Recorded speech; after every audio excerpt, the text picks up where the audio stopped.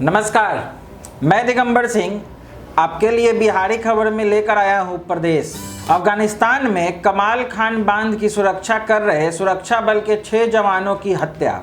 मैं किसी भी हालत में पीछे नहीं हटूंगी, मरियम नवाज। नेपाल में क्लीन फीड पॉलिसी लागू। पाकिस्तान में पेशावर विश्वविद्यालय में विरोध प्रदर्शन कर रहे पख्तून छात्रों पर पुलिस बर्बरता की निंदा। अब खबरें विस्तार से।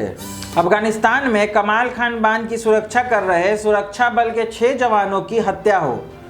अफगानिस्तान के दक्षिण पश्चिमी प्रांत निमरोज में शुक्रवार शाम तालिबान ने कमाल खान पनबिजली एवं सिंचाई बांध की सुरक्षा कर रहे सुरक्षा बल के 6 जवानों को मौत के घाट उतार दिया, जबकि 2 जवान घायल हुए हैं। नेशनल वाटर मैनेजमेंट अथॉरिटी के प्रवक्ता ने इस बात की पुष्टि की है। सुरक्षा बलों की तैनाती आंतरिक मंत्रालय के पब्लिक प्रोटेक्शन डिपार्टमेंट के द्वारा आधारभूत संरचनाओं जैसे कि कमाल खान बांध की रक्षा के लिए किया गया था।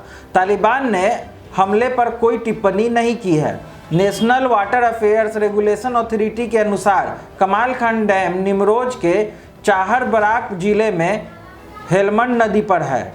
यह एक बार में 3 जिलों के 1,74,000 हेक्टेयर भूमि को सिंचित कर सकता है। इसके साथ ही यह निमरोज के केंद्र जरांज शहर को पानी की आपूर्ति भी कर सकता है। यह बांध 9 मेगावाट का बिजली का उत्पादन कर सकता है और प्रथम चरण में यह 52 मिलियन क्यूबिक मीटर पानी को रोक भी सकता है। तालिबान पिछले महीने से अफगान सरकार के प्रति ज़्यादा हिंसक है। उसमें निमरोज प्रांत के खासरोड जिले में हमला किया था, जिसमें सुरक्षा बल के 20 जवान मारे गए थे और 6 अन्य को बंधक बना लिया गया था। मैं किसी भी हालत में पीछे नहीं हटूंगी, मरियम नवाज।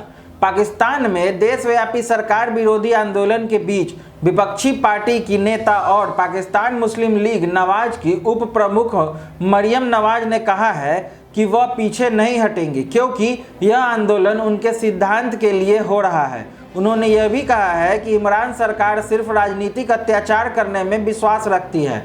मैं किसी भी हालत में अपने कदम पीछे नहीं खींचूंगी। यह सिद्धांत की लड़ाई है और बाहरी ताकतों को किसी भी हालत में देश की राजनीति में हस्तक्षेप करने का अधिकार नहीं है।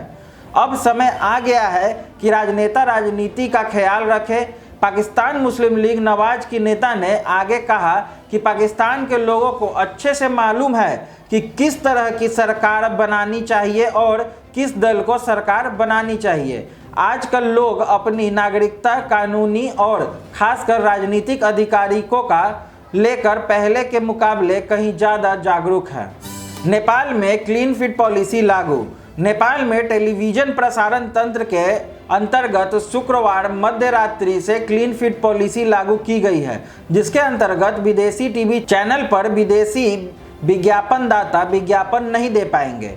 क्लीन फीड पॉलिसी की घोषणा पिछले साल की गई थी। इसके अंतर्गत 23 अक्टूबर 2020 से सभी केबल ऑपरेटर्स को निर्देश दिया गया है कि चैनलों का निरंतर प्रसारण होगा और अगर कोई चैनल इसको लागू करने में असफल पाया जाता है तो उस पर रोक लगाई जाएगी और कड़ी कार्रवाई भी की जाएगी। इसके परिणाम स्वरूप बहुत से विदेशी चैनल, खास करके भारतीय चैनल का प्रसारण रोक दिया गया है और इस आदेश से संबंधित संदेश टीवी स्क्रीन पर दिखाया जा रहा है। इसी सप्ताह प्रेस कॉन्फ्रेंस में सूचना एवं संचार मंत्री प्रभात गुरुंग ने इस फैसले को ऐतिहासिक बताया था।